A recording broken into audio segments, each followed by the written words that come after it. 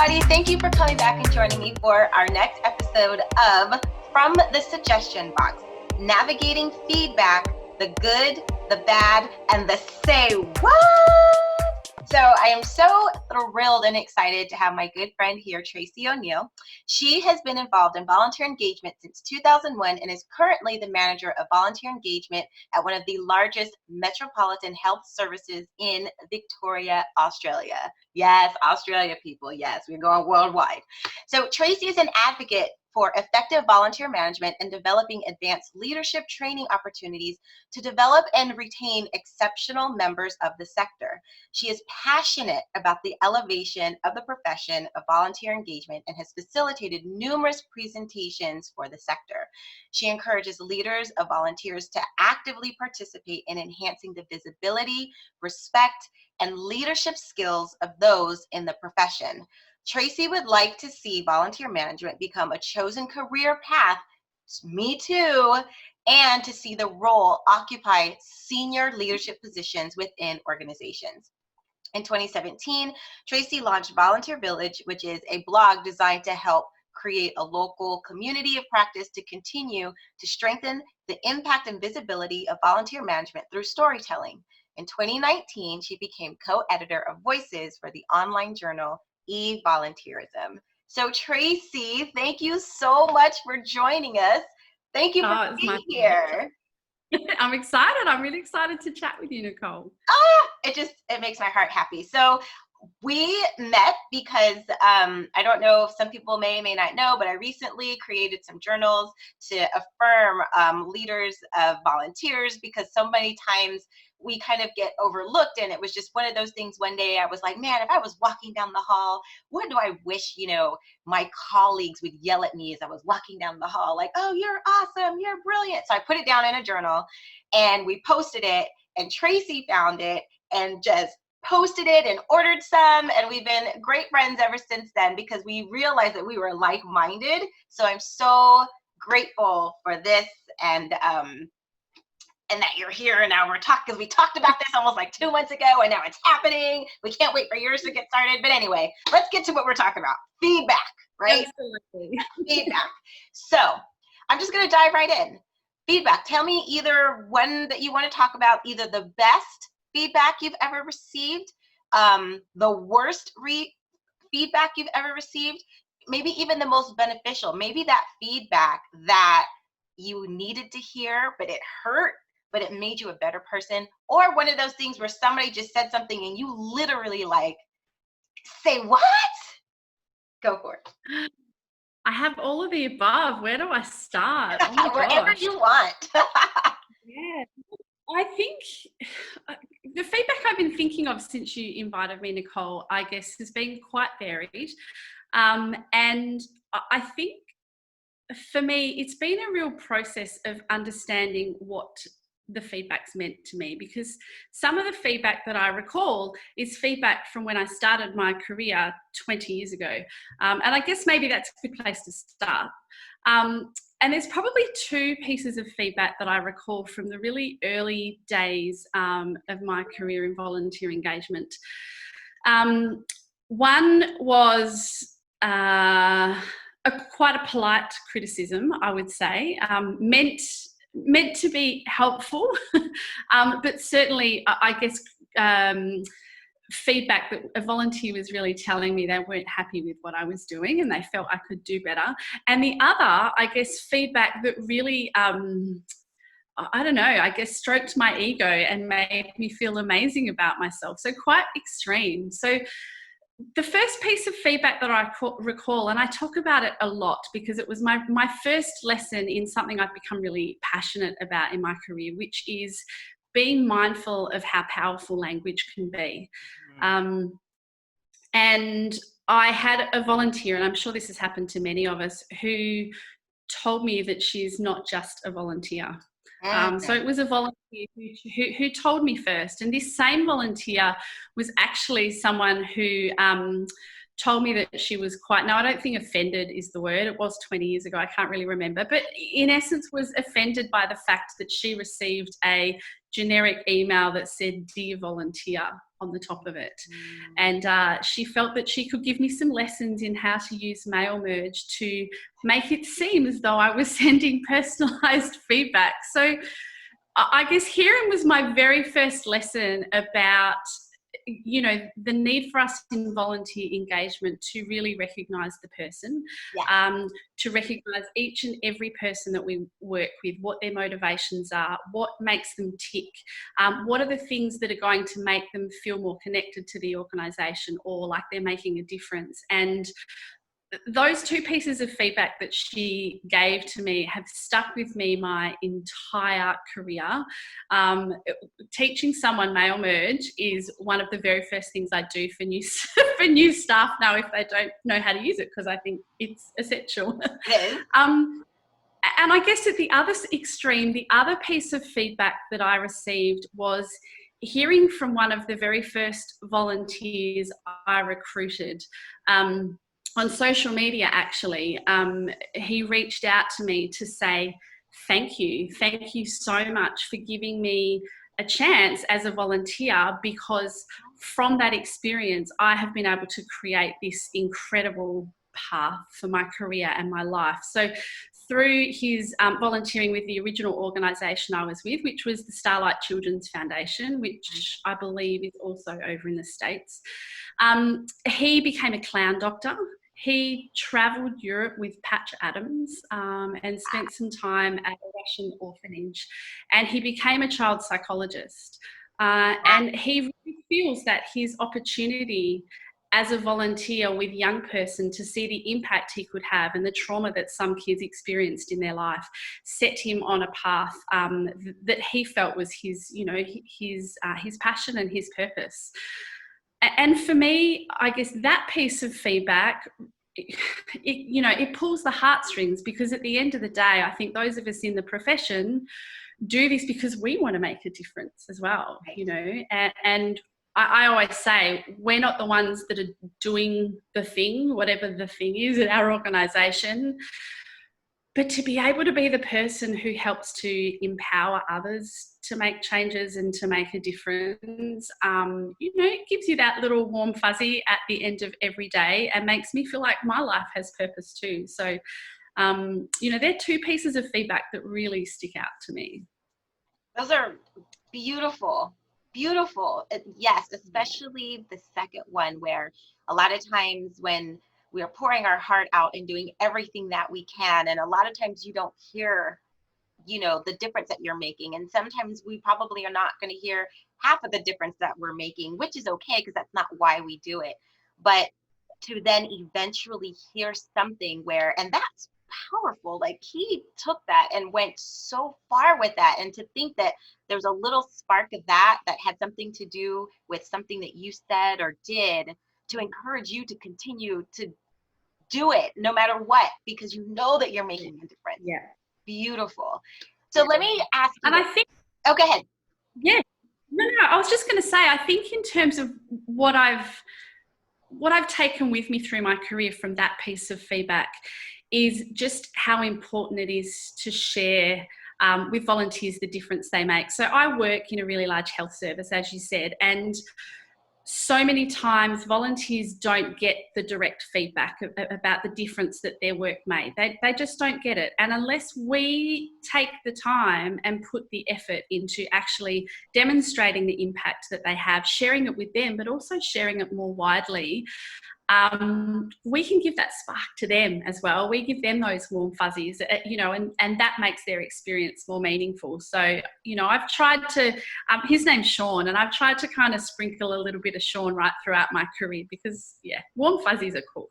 They are. And I love it. I love how you took that lesson as a reminder of what we also, as managers of volunteers, leaders of volunteers, need to give to our people. Because if it was that powerful for us, how powerful is it going to be for them, so that they know that they are making a difference? Because again, like us, they're not really doing it for the recognition. They're not really doing it for what they're going to get out of it. But it is nice to know that it's making a difference, because that's, at the end of the day, that's what we want to do. We want to leave the world a better place than we found it. And yes, I love that, because it's lesson learned, right? It's taking something, how it made you feel, and using that as a way of how to treat others. Love it. Okay, so let me ask you this. When you got a piece of feedback that was the truth but hurt, how did you process that?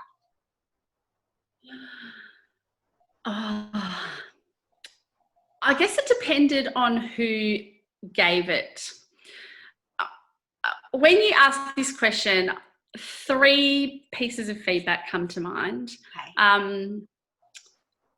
And maybe 4 now when I think about it, but the 3 that initially came to mind were from 3 different managers that I have had in my career.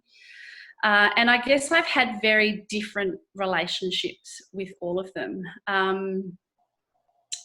All of them have been about bringing to my attention something about my behaviour that might not necessarily be the best way I could go about things. Okay. And, I guess it's the first time I recall this was quite early in my career. I was young, I was in my 20s, but the manager I had at the time was someone who I guess I saw more as a friend, because we were colleagues before she was promoted, and I really trusted her.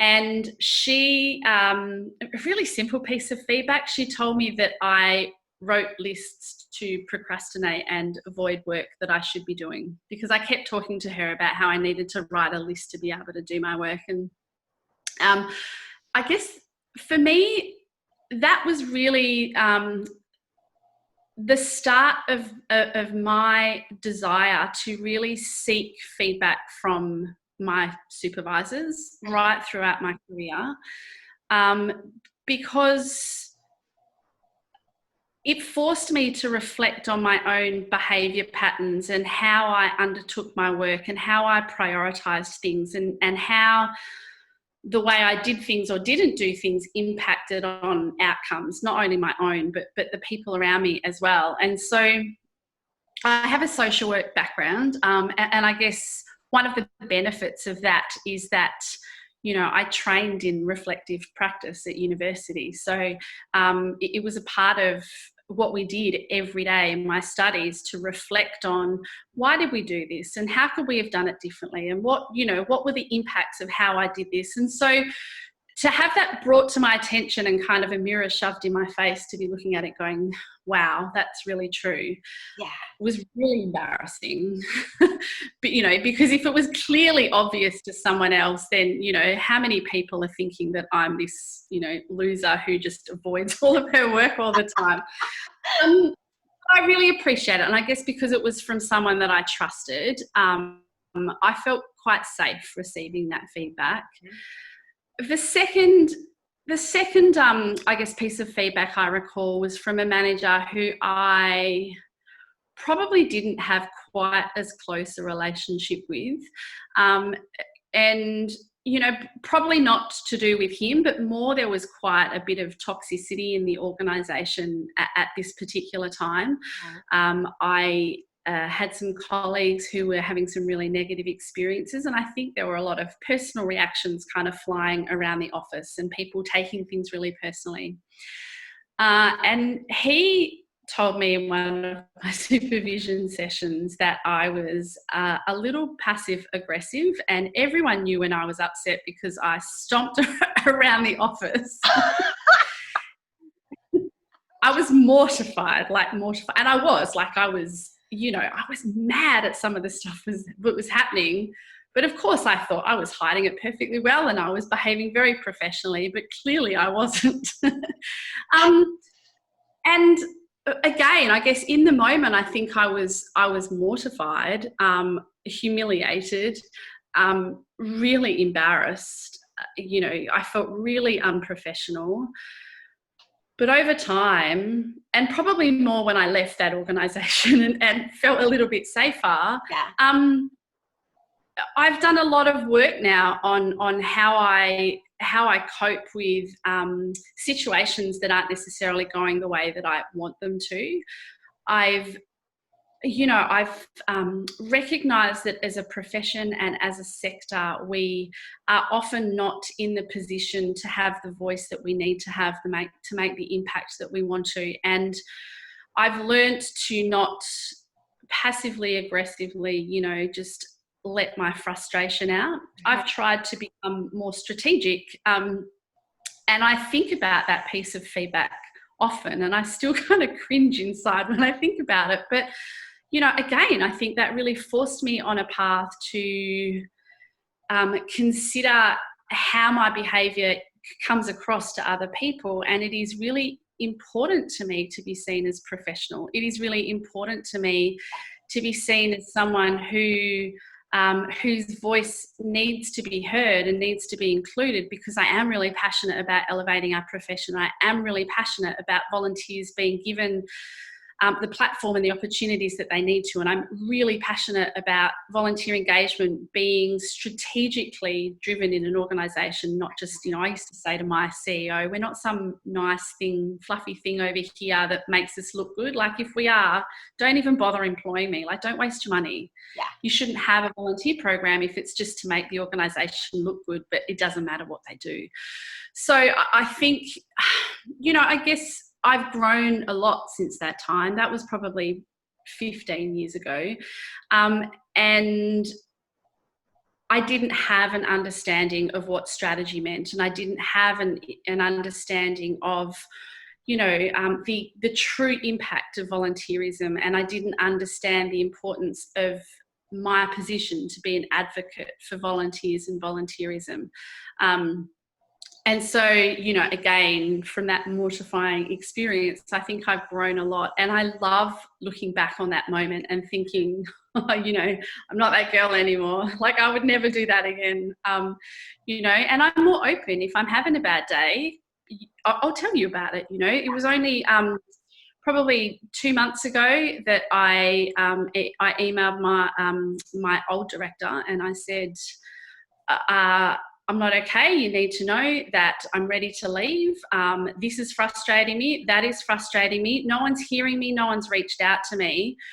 And he came back and he's like, do you need to talk about this? And I said, actually, no, I don't. Like, I just need to get it off my chest. You need to know how I'm feeling, and we need to work through this. But if I keep it inside, I'm going to end up that passive aggressive, stomping around the office kind of girl. And I know now that I just need to talk about it. And I love that. I love that, because I'm a huge believer in communication is key. And people cannot read your mind as much as you kind of want them to. And you're like, read my nonverbal communication.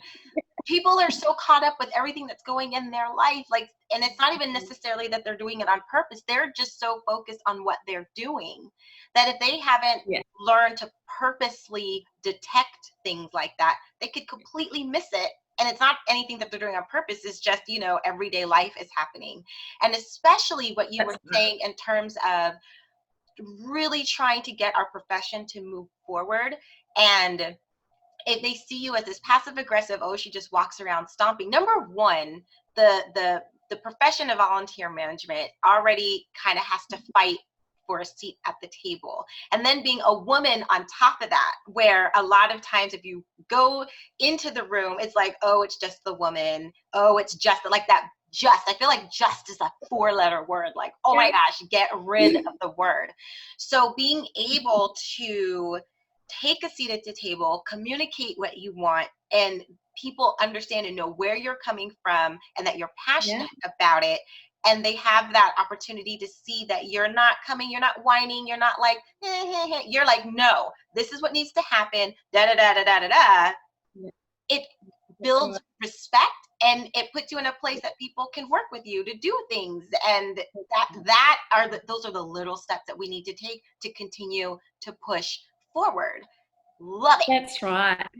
I think, you know, for me, from all of these experiences, transparency has probably become my biggest professional and personal value. I perform better. I am more engaged when my manager and organisation are being transparent with me. Uh-huh. And I try really hard to be as transparent as possible with my team as well, both paid staff on my team and volunteers. I think, you know, it comes down to respect. It comes down to people being able to make informed decisions for themselves. It comes, you know, it allows different perspectives and different conversations to happen instead of you holding all of this information and thinking, well, I know best because I'm the manager. Right. You know, so all of these experiences have really led me to believe that being honest. I mean, of course, there's times when there's some stuff I need to kind of hold back from my team, but wherever possible, you know, be transparent. Yes. So, yeah.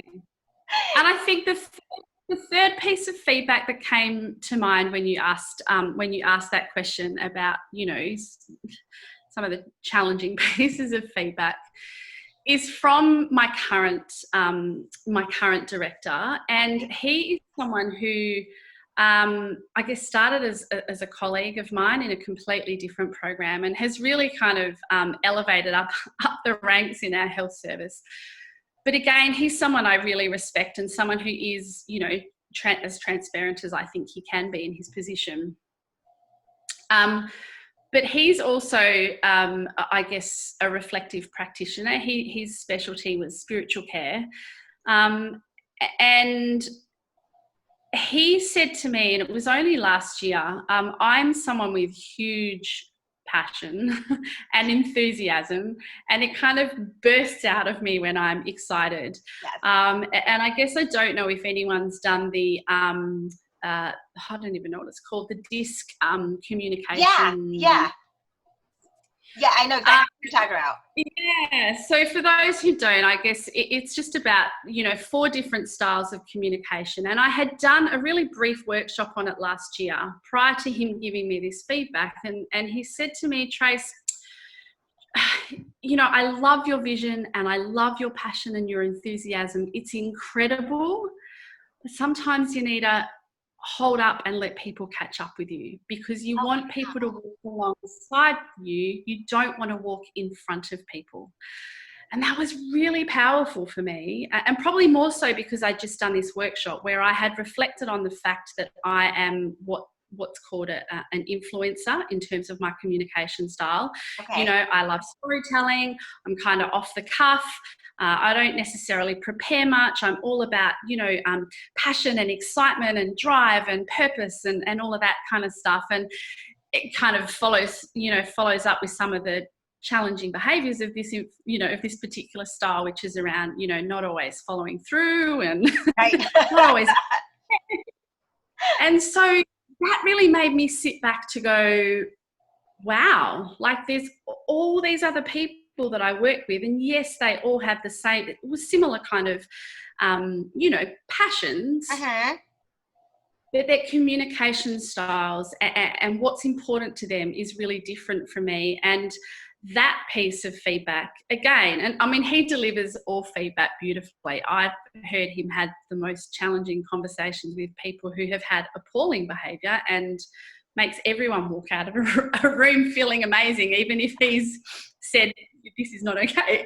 Yeah. But I just went, wow, like I needed to hear that. I needed to hear that, yes, my passion and enthusiasm and vision is really important, but it also needs to, you know, I guess take a sidestep sometimes and allow other people to catch up and allow other people to develop their own vision and passion and motivation alongside me so we can take this journey together. And that was really important for me because I'd had a couple of, I guess, relationships with staff on my team that was quite challenging. Okay.